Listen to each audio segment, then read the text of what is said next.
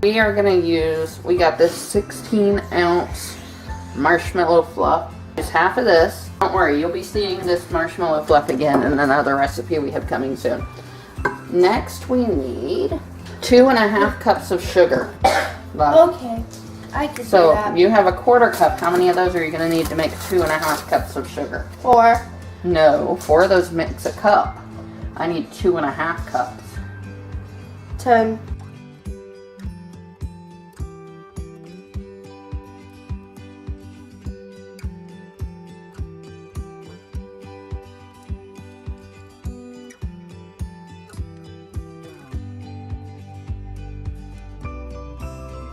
Next, we're going to need 4 tablespoons of butter. Now the nice thing with butter, typically has the measurements of how many tablespoons are in it. Look, right here, you see, you count it out. So what you can do, love, is cut that in half with a knife, please. But first we have to unwrap it. No, you don't. No, set it down. What? I am in confusion. Don't be in confusion. Listen to me. Listen and learn, my dearie. There we go. And then you just cut? Cut it at 4. Right there. Just cut it. And then the other half stays wrapped. And then just dump that bad boy in there.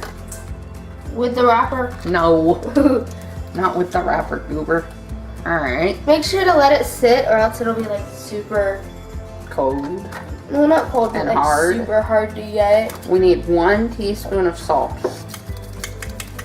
Do do do do. Alrighty. Now, turn the oven to low heat. I need to get that in there. Okay, that is a small 5-ounce can of evaporated milk.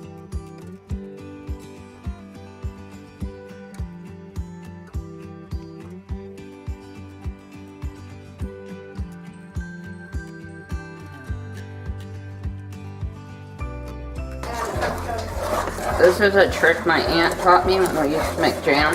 You do the figure-8 stir, you're going to be able to get more of the pan than if you just go in a circle. See how it's gotten rid of that clumpy consistency though? Yeah.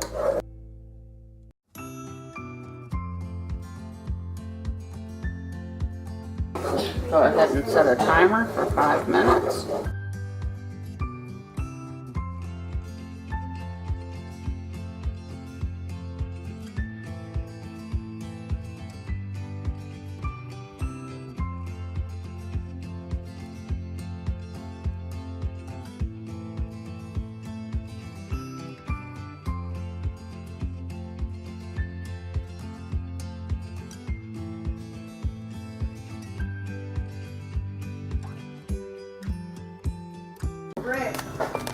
One, 2, 3 of mint.